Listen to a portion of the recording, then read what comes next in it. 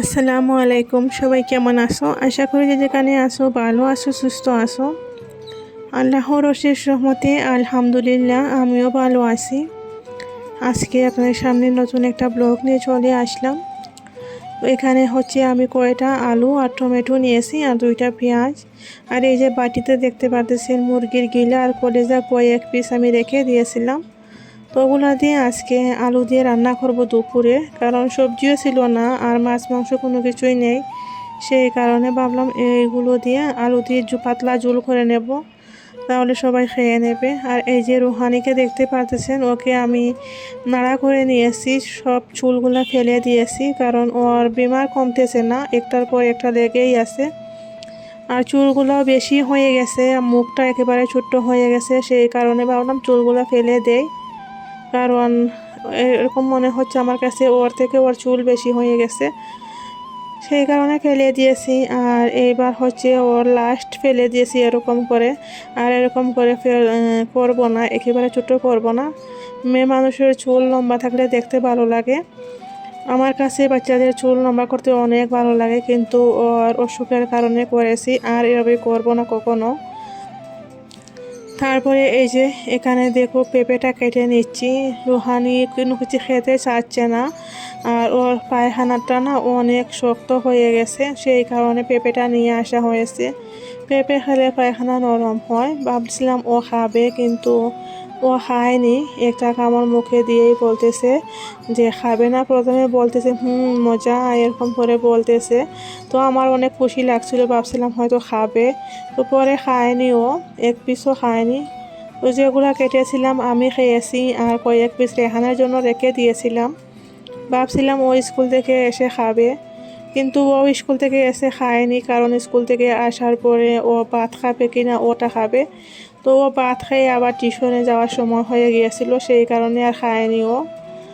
বাকিগুলো ফ্রিজে রেখে দেব, যখন সবাই করে একসাথে থাকবে তখন কাটবো। আর এগুলো কাটাকুটি করে রান্না করব। রান্না বসিয়ে তারপর আরও অনেক কাজ আছে, ওই কাজগুলো করব। আর রুহানি অসুস্থ হয়েছে যখন থেকে, তখন থেকেই না অনেক বেশি আর কি কান্নাকাটি করে, কিছু কাজ করাই যায় না ওকে নিয়ে। ছোট্ট মেয়ে কি আর করবে।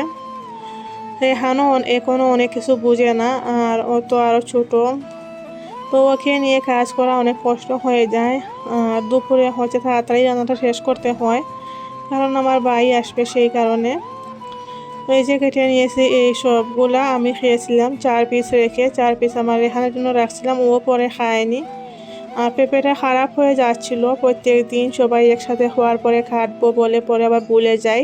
তো আজকে বললাম না, কেটেই ফেলি, নষ্ট করার চেয়ে খেয়ে ফেলে দেও ভালো।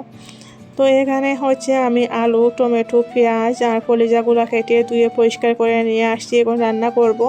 আর এখানে ভাত আমি আগে থেকে ভাত বসিয়ে তারপর সবজি কাটতে গিয়েছিলাম, ওইদিকে ভাতও হয়ে গেছে। এখন শুধু রান্নাটা করব সবজিগুলা। আর দুপুরে হচ্ছে শুধু এই সবজিটাই, আর কোনো কিছু নেই, তো ওটা দিয়ে খাবো, সেই কারণে একটু ঝোল দেব, একটু আর কি ঝোল ঝোল টাইপের করব। তো এখানে মশলা যা কিছু দেওয়া সব দিয়েছি, দিয়ে কষিয়ে তারপর সবজিগুলো দিয়ে দেবো, দিয়ে ভালো করে কষিয়ে আর একটু পানি দিয়ে ঢাকনা দিয়ে ঢেকে রেখে দিয়ে বাকি কাজকর্মগুলো করব। প্রত্যেকদিন দুপুরে এভাবেই করি, একদিকে রান্না বসিয়ে আর একদিকে রুহানির সাথে একটু খেলাধুলা করি, ওইদিকে ঘরের কাজকর্ম যা থাকে সব কিছু করে নেই। এই সময় ঘরে কেউ থাকে না, শুধু রুহানিকে নিয়ে আমি একা থাকি, আর ওকে নিয়ে একা একা কাজও করতে হয়। তো এই যে দেখো রান্নাটা হয়ে গেছে, পরে আর শেয়ার করতে পারিনি, কারণ অনেক কাজেই ব্যস্ত ছিলাম। তো এভাবেই ঝোলটা রেখেছি। আর এই যে আমিও গোসল করে ফেলেছি, আমার চুলগুলো একেবারেই ভিজা আছে, আর আমার মাথার চুল পরে একেবারেই শেষ হয়ে যাচ্ছে, মনে হচ্ছে যে আমিও মনে হয় রুহানির মতো হয়ে যাব, এত চুল পড়তেছে। আর ওকেও না গোসল করিয়ে দিয়েছি, আজ 3 দিনে ওকে গোসল করিয়েছি, কারণ এই কয়দিন অসুস্থ ছিল, সেই কারণে গোসল করাইনি, কাশি জ্বর এসব ছিল। তো আজকে একটু আর কি কম হয়েছে দেখে গোসল করিয়েছি।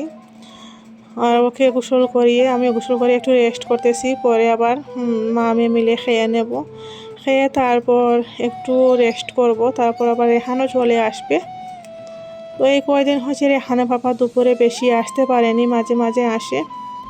আর এখানে আরেকটা জিনিস আপনাদেরকে দেখাই, একটুর জন্য পরিবারের সবাই বেঁচে গেছি, না হলে আজ যে আপনার সাথে কথা বলতেছি বা আপনারা দেখতে পারতেছেন, হয়তো আজ কবরে ঘাস উঠে যেত, এরকম হতো আমাদের। তো এই যে কুকারের অবস্থা দেখতে পারতেছেন আপনারা, এটা কি করে হয়েছে আপনাকে বলি। একদিন কি হয়েছিল, 2-3 দিন আগে আমার ভাই রাত 12টায় আসছে। ও আমাকে ফোন করে বলছিল যে আসতে আসতে 12টা-1টা বেজে যাবে। তো আমি বলছিলাম ঠিক আছে, তুমি এসে তরকারি গরম করে খেয়ে নিও। তো ও তরকারিটা গরম করে তারপর হচ্ছে কি গ্যাসটা বন্ধ করতে ভুলে যায়, খেয়ে দিয়ে শুয়ে পড়ে। সকালে 8টার দিকে উঠে দেখি যে কুকারের এই অবস্থা হয়ে আছে, আর পুরা গন্ধ হয়ে গেছে। গ্যাসটা একদম ফুল দেওয়া ছিল। বেঁচে গেছি এই কারণেই যে কুকারের ঢাকনাটা পুরোপুরি লাগানো ছিল না, এমনিতেই আর কি ওর উপরে দেওয়া ছিল। যদি পুরোপুরিভাবে লাগানো থাকতো তাহলে কুকার বাস্ট হয়ে, সিলিন্ডার বাস্ট হয়ে পুরা সবাই জ্বলে পুড়ে মরে যেতাম। আল্লাহ বাঁচাইছে এত বড় একটা বিপদ থেকে। আর হয়তো অনেকের দোয়াও সাথে আছে, কারোর দোয়ায় হয়তো বেঁচে গেছি, না হলে আজ কথা বলতে পারতাম না আপনাদের মাঝে, কোনো কিছু শেয়ার করতে পারতাম না, কবরে থাকতাম। যাই হোক, দোয়া করবেন সবাই, আর সবাই সাবধানে থাকবেন এইরকম থেকে। কখন কি হয়ে যায়, কখন কি ঘটে যায় কেউই বলতে পারবে না। এত বড় একটা দুর্ঘটনা, কুকারটা একেবারেই পুড়ে ছাই হয়ে গেছে, বুঝতেই পারতেছেন দেখে।